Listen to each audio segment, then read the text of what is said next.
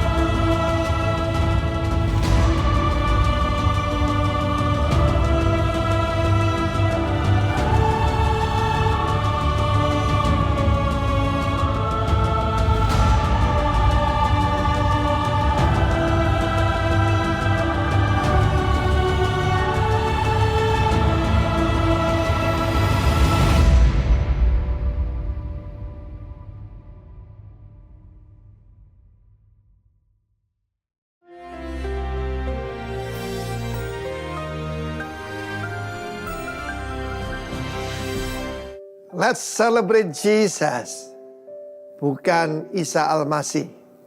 Apa pentingnya buat kita, saudara yang kasih? Yang pertama-tama kita tahu ada perbedaan yang sangat jelas, ya. Isa Al-Masih tidak mati, tidak disalibkan, langsung naik ke surga. Dan nanti akan kembali, yaitu turunnya itu tidak sesuai dengan yang dijanjikan di Bukit Zaitun, tapi di Damaskus, di sebuah tempat kebaktian yang besar. Karena itu saudaraku, tahun ini kita tidak ada kebingungan karena tidak ada dua, yaitu sumber dan tidak perlu diperdebatkan. 1 Korintus 15 ayat yang ketiga, sebab yang sangat penting telah kusampaikan kepadamu. Ya, yaitu apa yang telah kuterima sendiri. Kita tidak bisa menerima pengetahuan tapi revelation bahwa Kristus benar-benar mati karena dosa-dosa kita. Dia ditikam. Karena apa? Karena pemberontakan kita. Dia diremukkan karena kejahatan kita. Yaitu pelanggaran itu adalah yang kita lakukan di luar. Tapi kejahatan ada di dalam. Dan ganjaran yang datangkan keselamatan, kesembuhan, kesehatan, kemerdekaan, kebebasan ditimpakan padanya. Saudara, tanpa Kristus mati dan bangkit, maka sia-sialah semuanya. Saudara yang kasih Tuhan, bahkan yang menulis ini Rasul Paulus, yang adalah pemimpin yang paling anti dan benci kepada pengikut Kristus. Yang menangkapi mereka di mana, membunuh mereka, masukkan dalam penjara.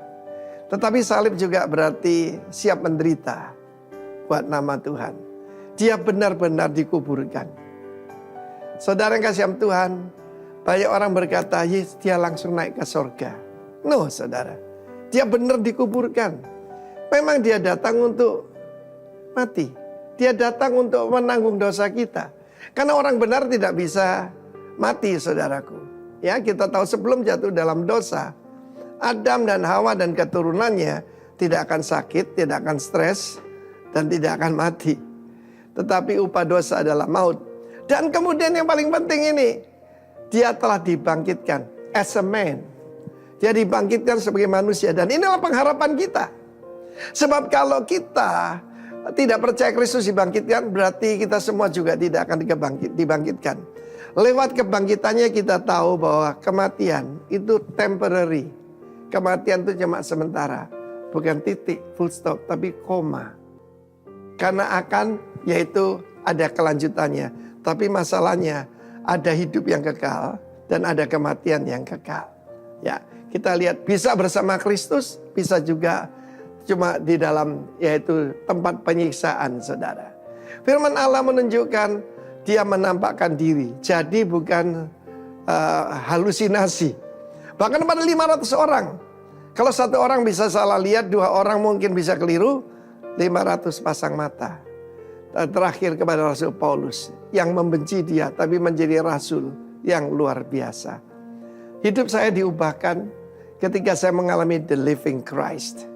Karena itu saudaraku, memang kalau cuma nama Yeshua, Yesus, Isa, Iso, itu cuma soal semantik. Tetapi yang jelas ada perbedaan yang sangat berbeda. Dan karena itu saudaraku, hari ini let's celebrate Jesus Christ. Dan kita juga percaya bagaimana dia dibangkitkan, kita pun akan dibangkitkan. And forever we will be with the Lord. Celebrate Jesus Christ in Jesus' name. Amin. Shalom. Sekali lagi shalom. Haleluya. Kita sungguh bersuka cita bagi ini saudara, amin. Sebab Tuhan kita hidup, amin. Tuhan yang kita sembah bukan Tuhan yang mati, tapi dia yang bangkit. Dia yang memberikan kita kemenangan pagi ini, amin. Mari saya jemput saudara bangkit berdiri. Cari 3 orang saudara, katakan Yesus hidup. Haleluya.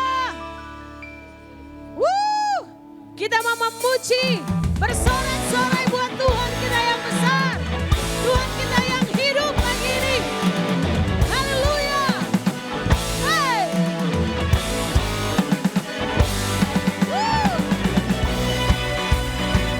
Haleluya. Kami bersuka cita pagi ini sebab kami punya Tuhan yang hidup. Haleluya.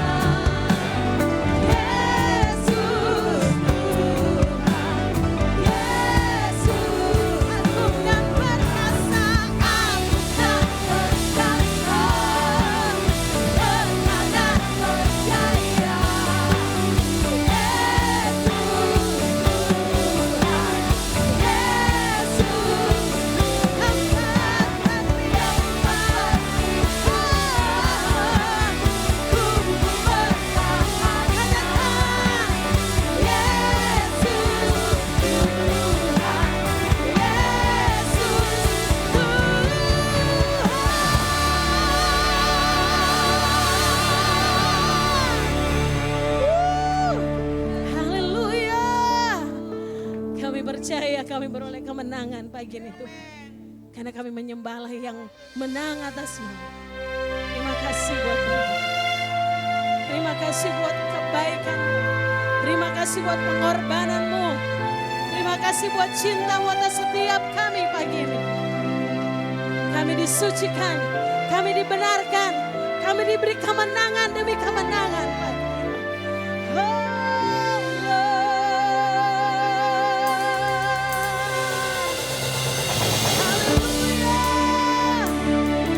Terima kasih. Terima kasih Tuhan. Mari umat Tuhan yang percaya kita menang pagi ini.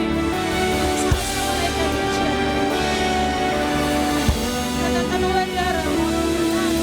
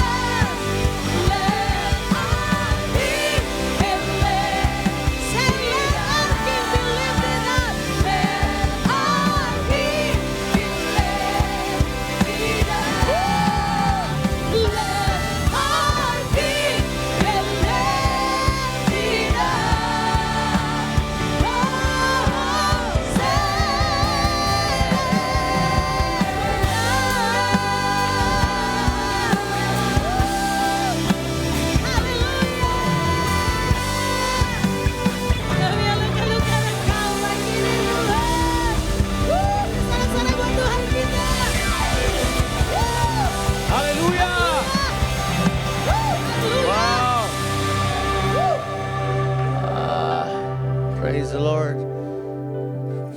Gak apa-apa kita kasih waktu. Gak apa-apa, ini cuma untuk bersama-sama aja. Supaya gak ada yang lihat lampu, gak ada yang lihat sini sana. Dalam waktu 1 menit ini, boleh gak kita beri sorak-sorai, beri pujian bagi Tuhan. Kami memuji Engkau Tuhan. Engkau Tuhan yang bangkit.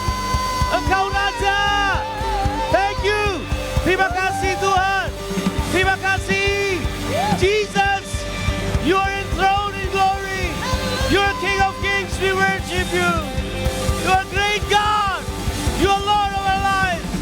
You are Lord of our hearts, Lord. We give you praise. Hallelujah. Hallelujah. Hallelujah. Woo. God bless you. Engkau ditinggikan di atas segala langit. Engkau ditinggikan di seluruh bumi. Engkau Tuhan kemuliaan kami. Terima kasih bahwa Engkau bangkit bagi kami. Bicara pada kami oleh firman-Mu Tuhan. Teguhkan kami oleh kasih setiamu. Kami bersyukur kepadamu di dalam nama Tuhan Yesus Kristus. Haleluya. Amin. Silakan saudara duduk. Praise the Lord. Celebrate Jesus. Celebrate Jesus Christ. Matius pasalnya yang ke-28 ayat 1 sampai ayatnya yang ke-6.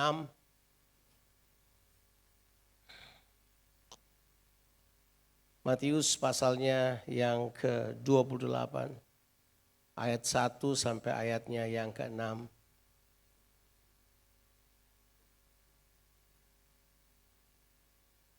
Ada sebuah narasi yang dibangun oleh Matius yang saya pikir kita perlu lihat.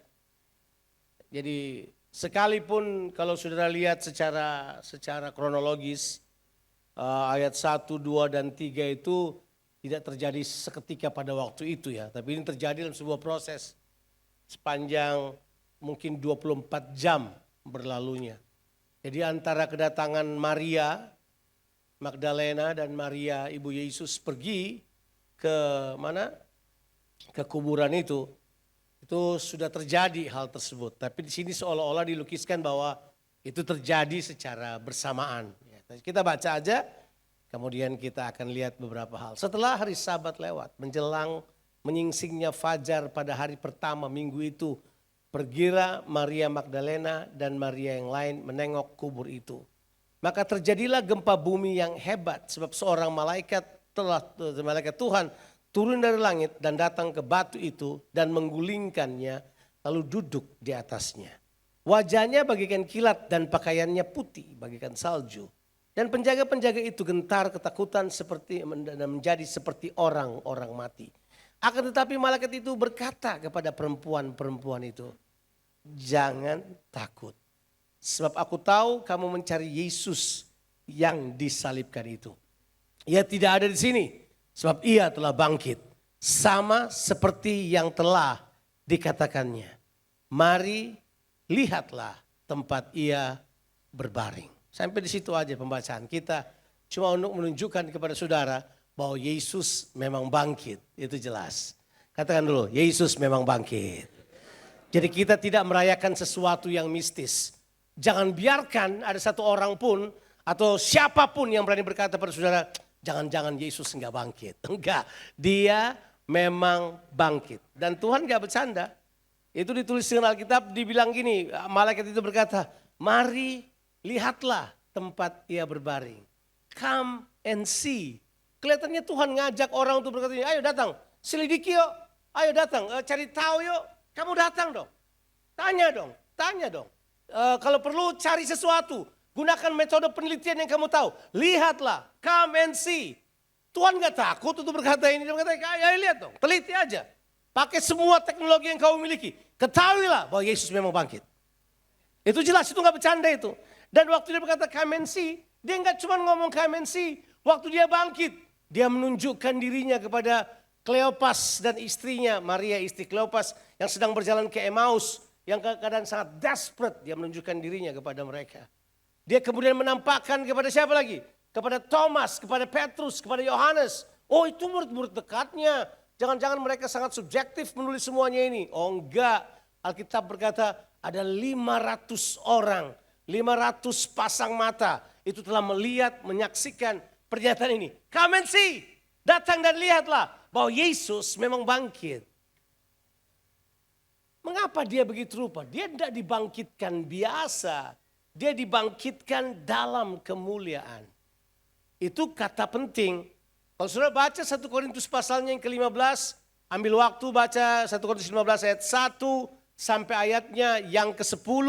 Di situ dia menemukan bahwa begini, bahwa kebangkitan Yesus itu merupakan kunci. Yang pertama adalah kunci bagi iman kita. Kalau dia nggak bangkit, sia-sia iman percaya kita.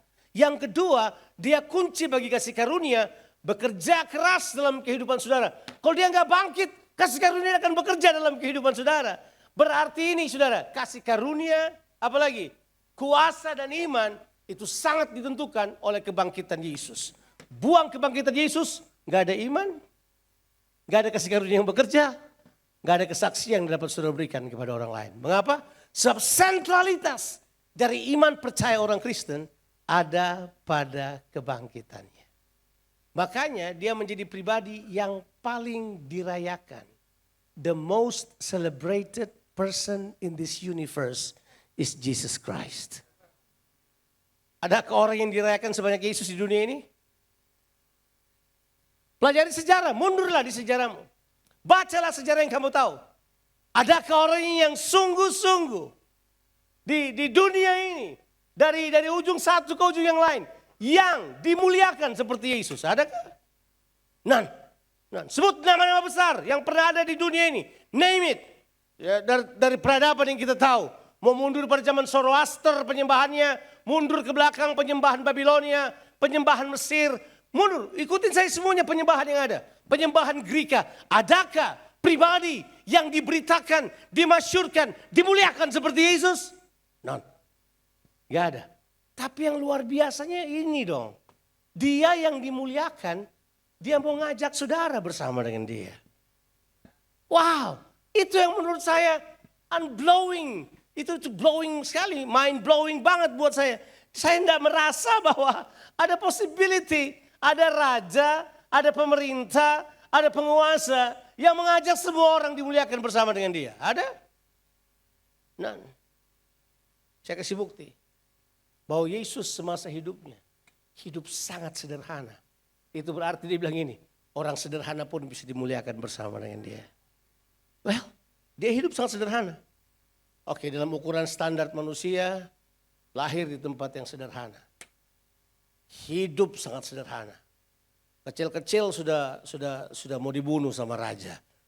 Nah, umur 2 tahun sudah dalam pelarian. Umur 3 tahun ada di sebuah tempat yang mereka tidak sukai, Mesir. Kemudian dari situ dia harus kembali, tidak bisa kembali ke kota asalnya, kota Daud. Dia pergi tinggal di daerah yang disebut dengan Nazaret. Tinggal di Nazaret. Ya. Ada banyak yang Alkitab konyol-konyol itu yang mengaku firman Tuhan kayak Injil Barnabas. Dia bilang Yesus lahir di Nazaret. Ketahuan bahwa yang tulis Injil Barnabas itu jelas dia tidak pernah hidup di situ. Dia tidak pernah tahu. Dia tulis bahwa mereka berlayar pergi ke Nazaret. Di mana Nazaret berlayar? Saya sudah pergi ke Israel lebih dari 25 kali. Saya belum pernah lihat ada orang pergi Nazaret berlayar. Tanya aja Ibu Ita kalau nggak percaya. Nggak mungkin lah orang pergi Nazaret berlayar. Nazaret tidak ada pantai. Tapi mereka berlayar ke Nazaret. Ketahuan bahwa itu Injil palsu. Yang jadi masalah adalah dia besar di Nazaret. Hidup sama seperti semua bocah Yahudi. Belajar, Bet Sefer, Bet Midras, Bet Talmud, semua sekolah Yahudi dia pasti ikutin. Yang paling luar biasa adalah dia memilih pelayanan yang unik. Dia pergi ke Kapernaum. Kemudian dia membangun pelayanannya di situ. Cuma 3 tahun melayani. My goodness. Cuma 3 tahun melayani. Saya mempelajari rekor semua gereja yang besar di dunia.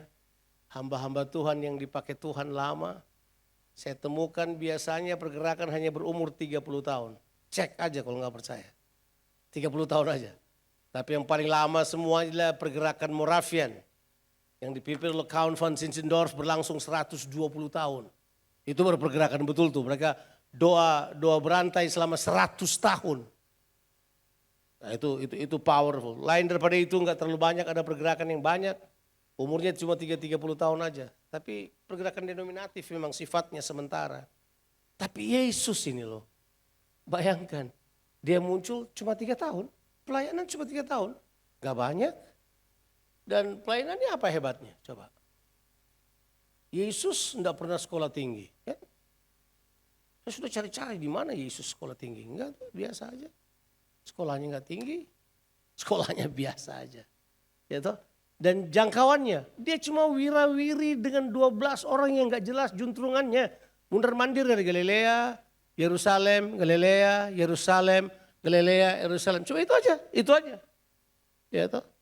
Ya, kita travel lebih jauh dari Yesus. Cuma putar-putar di situ aja. Tapi ini yang luar biasanya.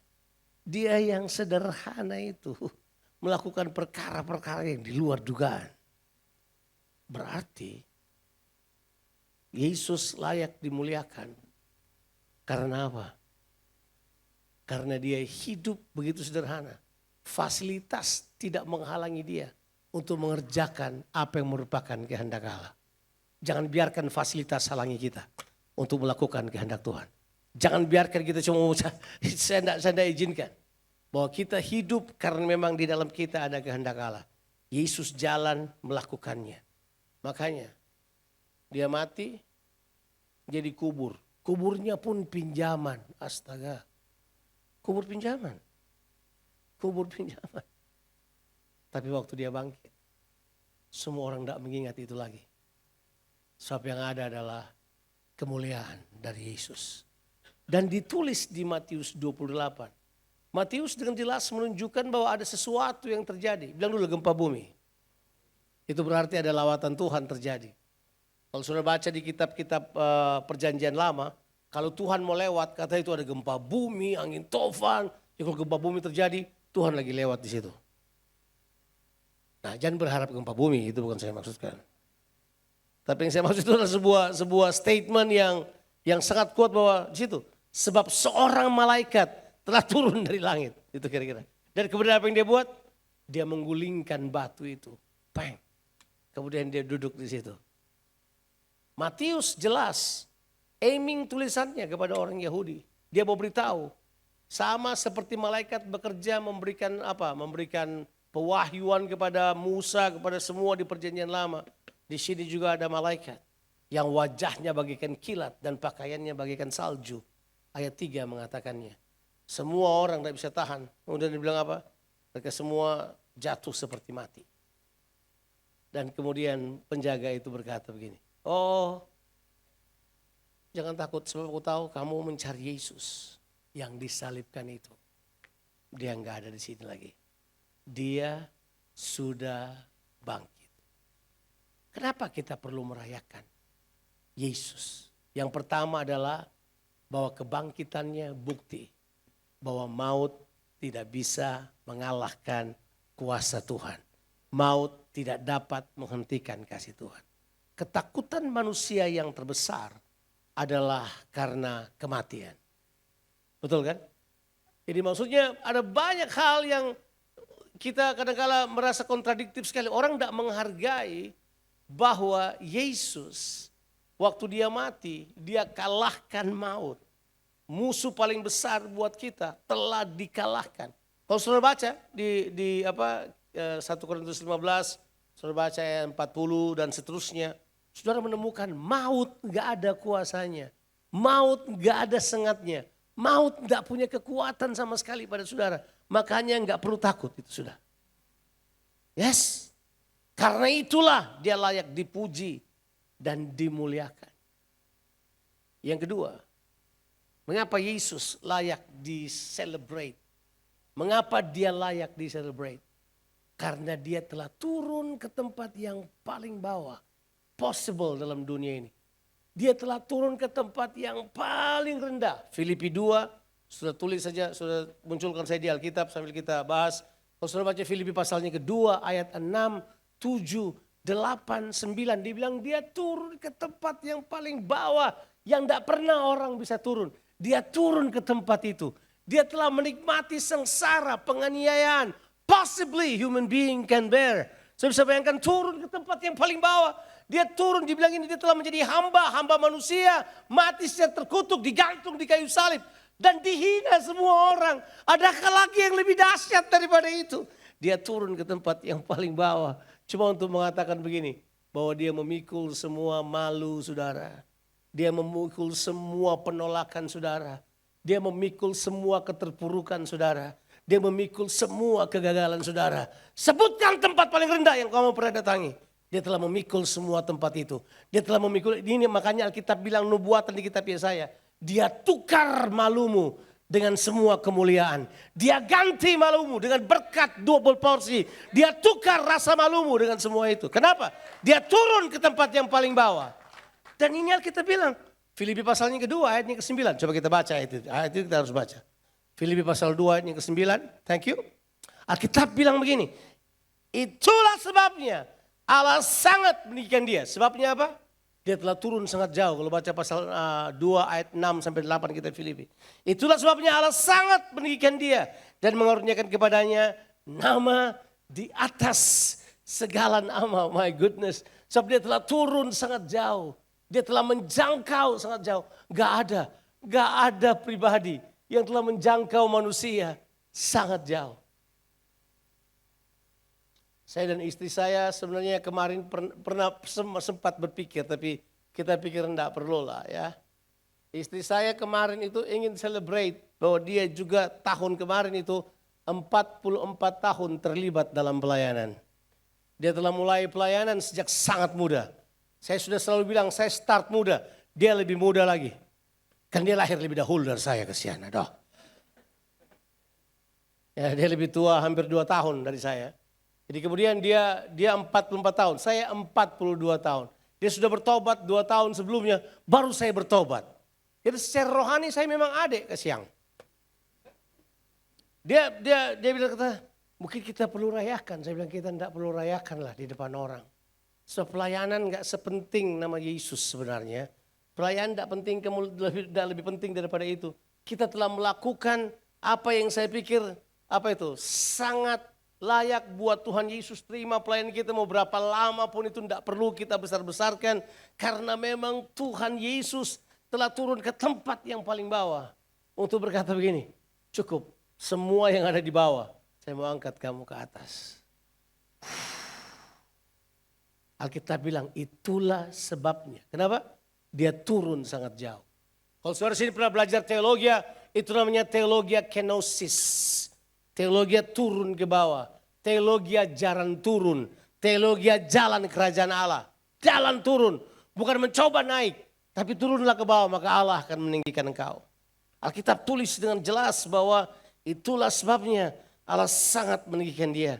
Dan mengaruniakan kepadanya nama di atas segala nama. Apa keadaanmu sekarang yang saudara paling buruk? Mungkin kamu merasa saya tinggal di neraka. Mungkin kamu merasa bahwa engkau tidak layak. Mungkin kamu merasa bahwa semua orang menolak kamu. Apa yang membuat kamu merasa itu? Mungkin kamu merasa bahwa ditinggalkan orang. Orang menghakimi kamu. Mungkin ada orang yang berkata kamu kayak perempuan pelacur. Mungkin ada orang menghakimi saudara seperti itu. Mungkin berkata kamu laki-laki yang tidak ada gunanya.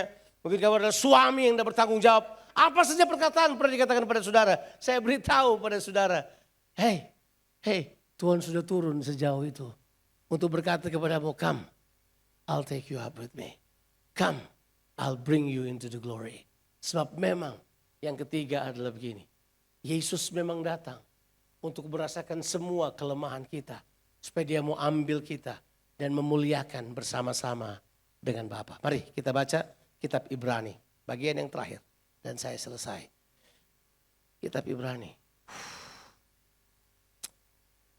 Sekali lagi, Ibrani adalah salah satu kitab favorit saya. Saya sudah mengkhotbahkannya sangat banyak. Dan ayat-ayat ini telah menggugah hati saya ketika baca tentang bagaimana Yesus turun ke tempat yang paling bawah. Kita akan baca Ibrani pasalnya yang kedua. Kita akan baca ya. Kita akan baca ayatnya yang ke-17 dan ayatnya yang ke-18. Nah, saudara mesti tahu ayat-ayat ini dan kemudian saudara kita akan baca dua ayat ini, kemudian saudara mesti tahu mengapa Yesus ditinggikan begitu rupa. Itulah sebabnya maka dalam segala hal ia harus disamakan dengan saudara-saudaranya. Jadi Yesus disamakan dengan saudara. Pengalaman saudara, semua perjalanan dia disamakan dengan saudara. Supaya ia menjadi imam besar yang menaruh belas kasihan dan yang setia kepada Allah untuk mendamaikan dosa seluruh bangsa. Coba lihat itu tuh. Mendamaikan dosa seluruh bangsa. Tujuannya adalah untuk apa?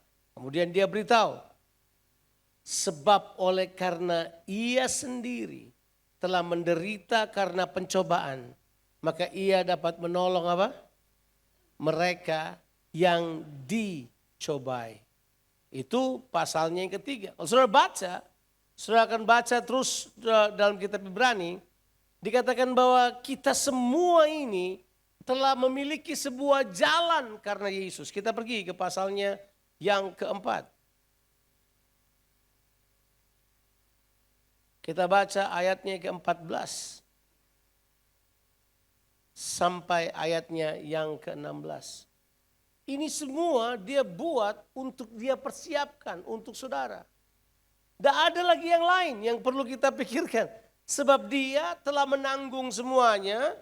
Tapi kita baca sekarang ayat 14 pasal keempat. Karena kita sekarang mempunyai imam besar agung yang telah melintasi semua langit.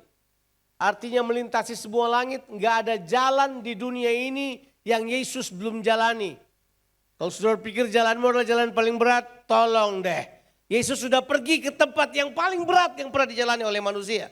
Kemudian Alkitab berkata seperti ini, yaitu Yesus anak Allah. Baiklah kita teguh berpegang pada pengakuan iman kita. Ayat yang ke-15. Sebab imam besar yang kita punya bukanlah imam besar yang tidak dapat turut merasakan kelemahan-kelemahan kita. Sebaliknya sama dengan kita. Ia telah dicobai hanya tidak berbuat dosa. Udah.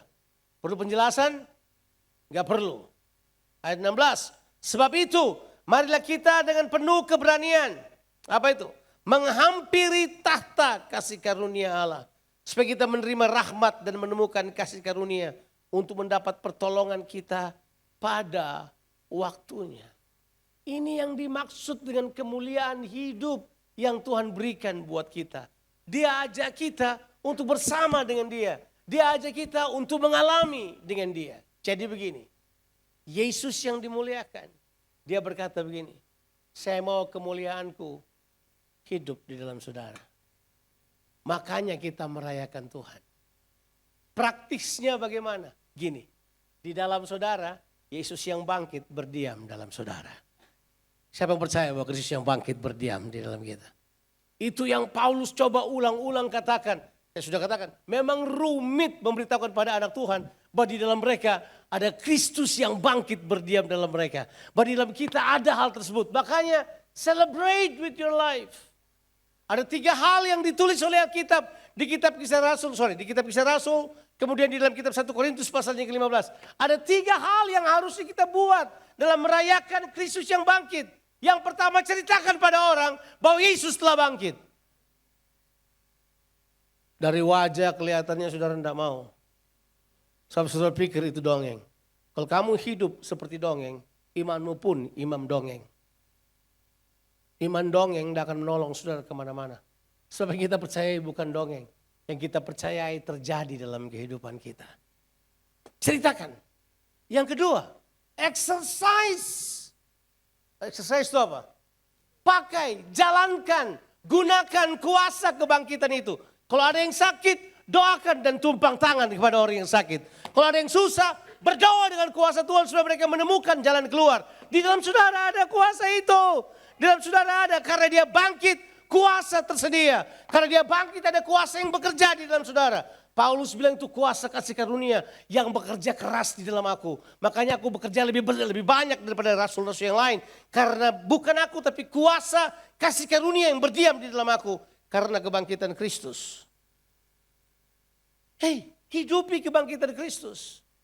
Kalau saudara jatuh bangun dalam dosa seksual, di Alkitab tertulis kebangkitan Yesus membuat tubuh kita menang. You have possibility to live overcomer over your dead body. Yes. Sudah punya kemampuan itu, punya possibility untuk hal tersebut. Sudah putuskan, saya nggak bisa Pak, kan saya laki-laki pasti saya jatuh dalam dosa seks. Enggak, Alkitab tulis bahwa orang yang mengalami kebangkitan Tuhan Yesus, Tuhan mau tubuh kita dibangkitkan bersama-sama dengan tubuhnya. Quicken our body to live as a victorious Christian. Tuhan mau kita hidup seperti itu. Supaya kita hidup sebagai orang Kristen yang menang. Tapi kita kan selalu izinkan, tapi kan saya lemah. Saya mau pakai bahasa kasar, bahasa nenek moyangmu.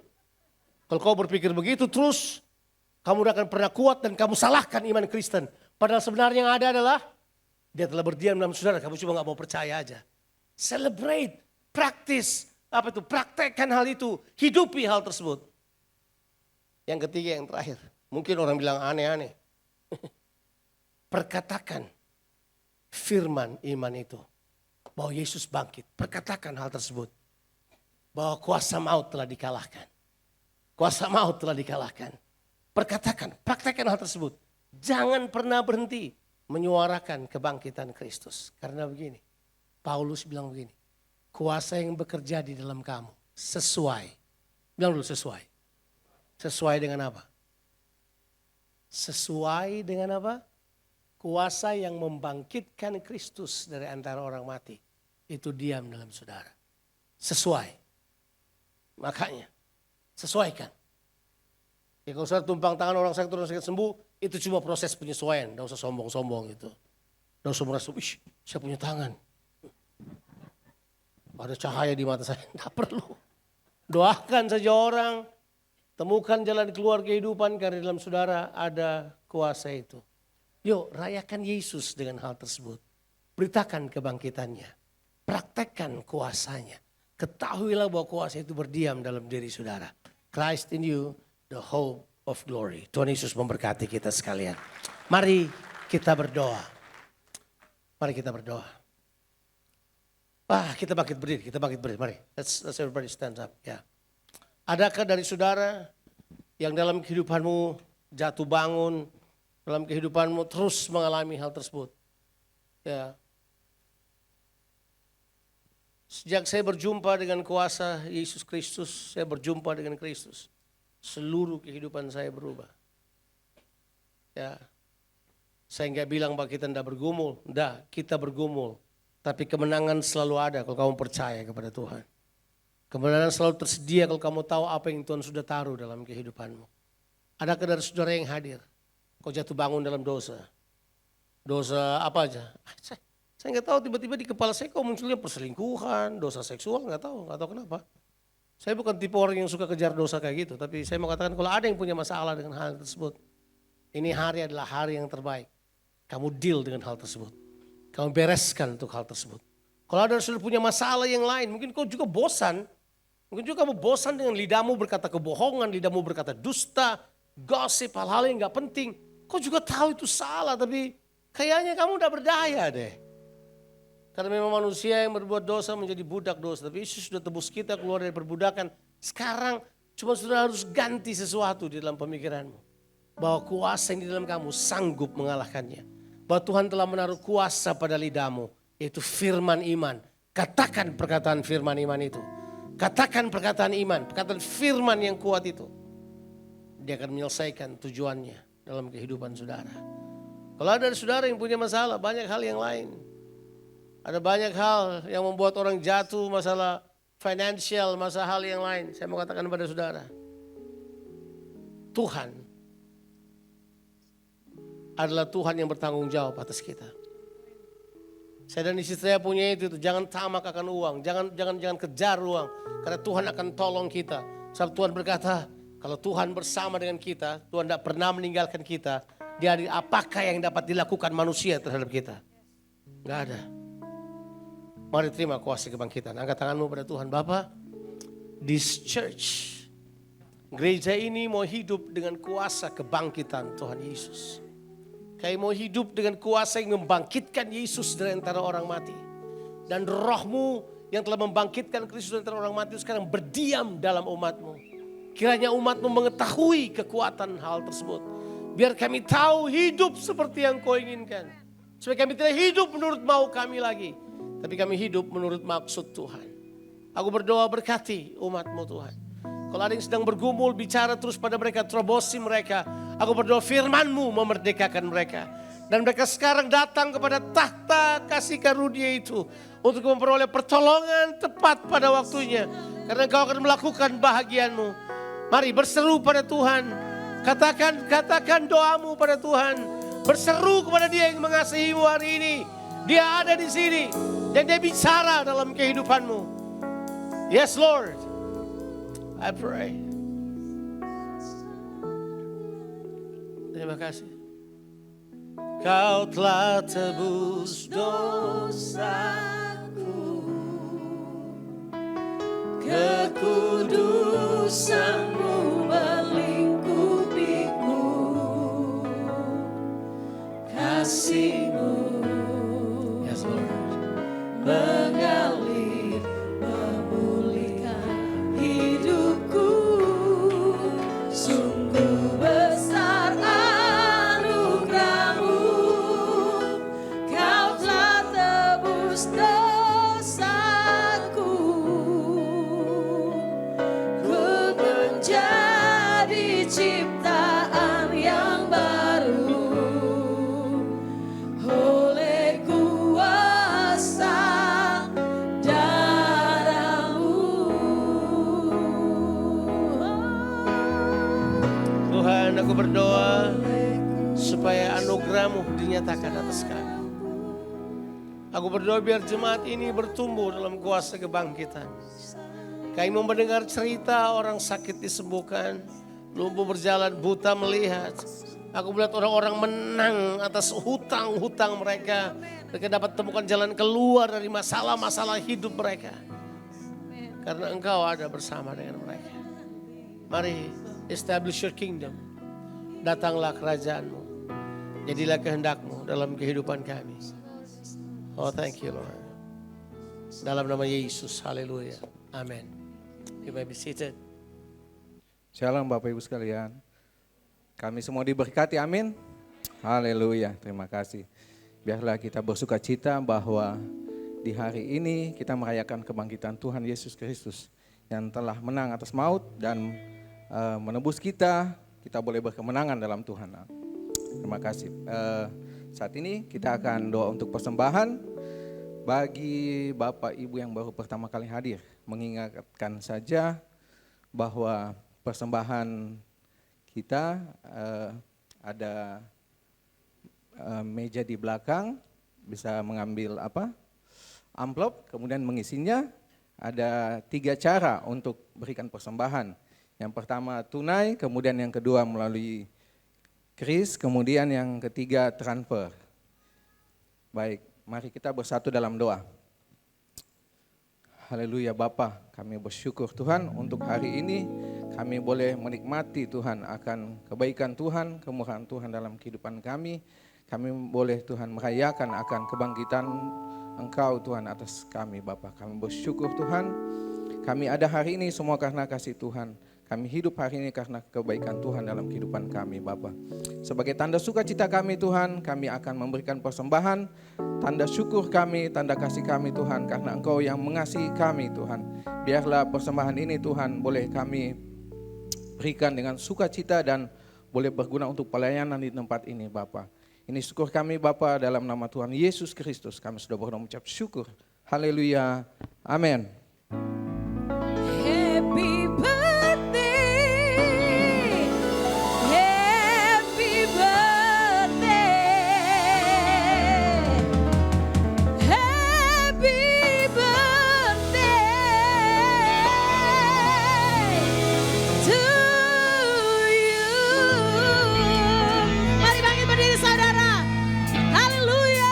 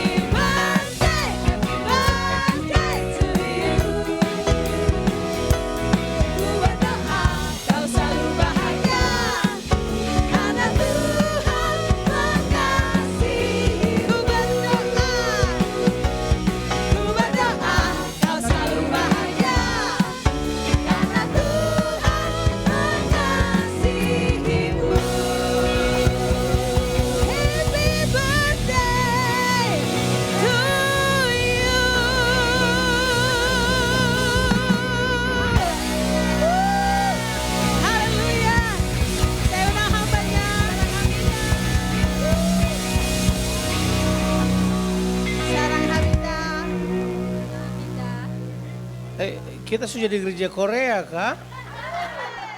Jadi saudara-saudara yang kekasih, kita di minggu ini menutup semua rangkaian anniversary month kita. Selama 5 minggu dari tanggal berapa itu? Dari tanggal 3, tanggal 4, 11, 18, tanggal 2 ya. Kita mulai seminar pria, compassion weekend, leadership conference. Dan kemudian hari ini saya mau mengatakan kepada saudara bahwa Rock 19 tahun usianya. Ini usia tanggung jawab. Let's do what we supposed to do. Oke? Sepanjang bulan ini kita sudah berbicara, yuk kita tabur buat kota kita. Kita menabur terbaik buat kota kita, tabur pelayanan, tabur tolong orang miskin, tabur orang-orang yang susah. Kita akan terus menabur. Kita akan terus menabur. Saya percaya kalau kita menabur kita pasti akan menuai. Haleluya. Selamat ulang tahun Rock Makassar. God bless you. God bless you. Happy birthday. Happy anniversary. Hey. Yes.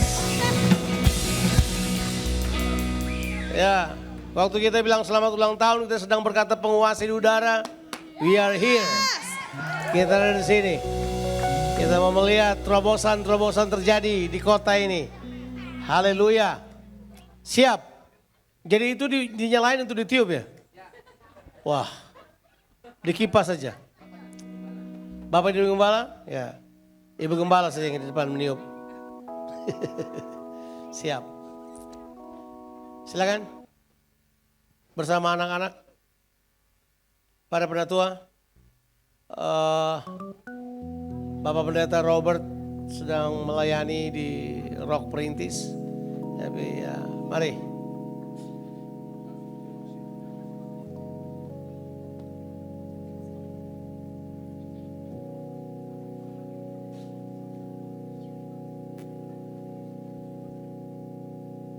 Anak-anak kecil kita tambah banyak ya. Ya. Mari kita bersama-sama mematikan. Apa bahasa Indonesianya? You gotta blow off this candle. Mari kita bersama-sama kita tiup lilinnya. Tapi karena tiup sudah dilarang setelah COVID, kita menghembuskannya saja bersama-sama. Selamat ulang tahun Rock Makassar. Tuhan memberkati kita sekalian. Amin.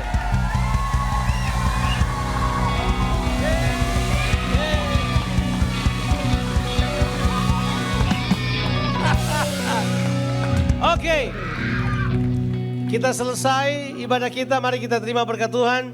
Berbahagialah kamu, rukunlah kamu, bersukacitalah kamu dan ketahuilah bahwa Tuhan itu baik. Dia akan terus menopang umatnya untuk menyelesaikan tujuan-tujuannya dalam kehidupan kita. Terimalah berkat Tuhan, Tuhan memberkati engkau dan melindungi engkau. Tuhan menyinari engkau dengan wajahnya dan berikan kepadamu kasih karunia. Tuhan menghadapkan wajahnya kepadamu dan berikan engkau damai sejahtera, limpah rahmat supaya diberkatilah kehidupanmu, diberkatilah keluar masukmu, diberkatilah keluargamu dan orang-orang yang kau kasihi, diberkatilah pekerjaanmu, studimu, bisnismu, usahamu, apa saja yang dikerjakan oleh tanganmu dilipat gandakan oleh Tuhan. Kiranya tangan-tanganmu ini menjadi tangan kesembuhan, tangan keberkatan, dan tangan pemulihan bagi semua orang yang kamu jumpai, karena Tuhan menyertai engkau bahkan berdiam dalam kehidupanmu. Dalam nama Tuhan, Yesus Kristus, yang percaya dan diberkati Tuhan berkata bersama-sama. Amen. God bless you.